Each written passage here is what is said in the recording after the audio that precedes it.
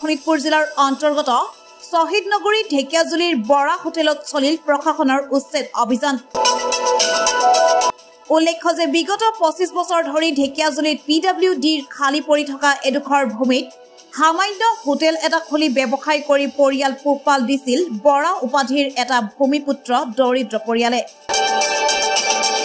যদিও আজি উক্ত বৰা হোটেলত চলালে প্ৰশাসনে উচ্ছেদ অভিযান। প্ৰাপ্ত তথ্য অনুসৰি PWD স্থানীয় কাৰ্যালয়ৰ আবেদনৰ পিছতে প্ৰশাসনে চলালে এই উচ্ছেদ অভিযান।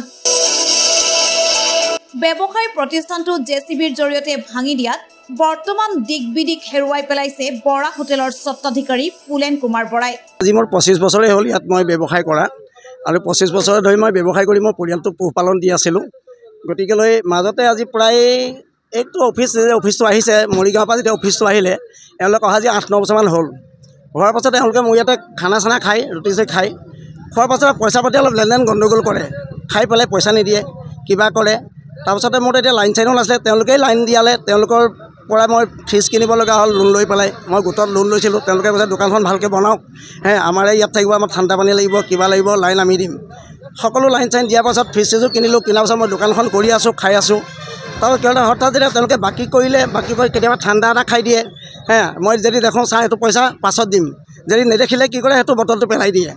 তেনেকুৱা কোৱাৰ পাছত মই যেতিয়া তেওঁলোকক ক'লোঁ যে এনেকৈতো নচলিব মোৰ এইটো কৰক।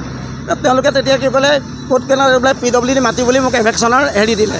তেতিয়া মই কৈছোঁ আপোনালোকে এভেকশ্যনৰ মোক ইয়াতে ঘৰ বনাবলৈ কিয় দিছিলে? যদি এইটো PWD মাটি হয় মোক ঘৰ বনাবলৈ দিব নালাগিছিলে। আপোনালোকে মোক ঘৰ বনাবলৈ দিছিলে ইয়াতে।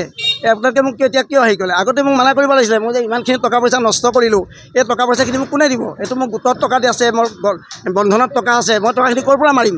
তেওঁলোকে কোনো কথা সেইবিলাক নুশুনিলে। খালি এতিয়া মোৰ নাম শ্ৰী ফুলেন কুমাৰ বৰা।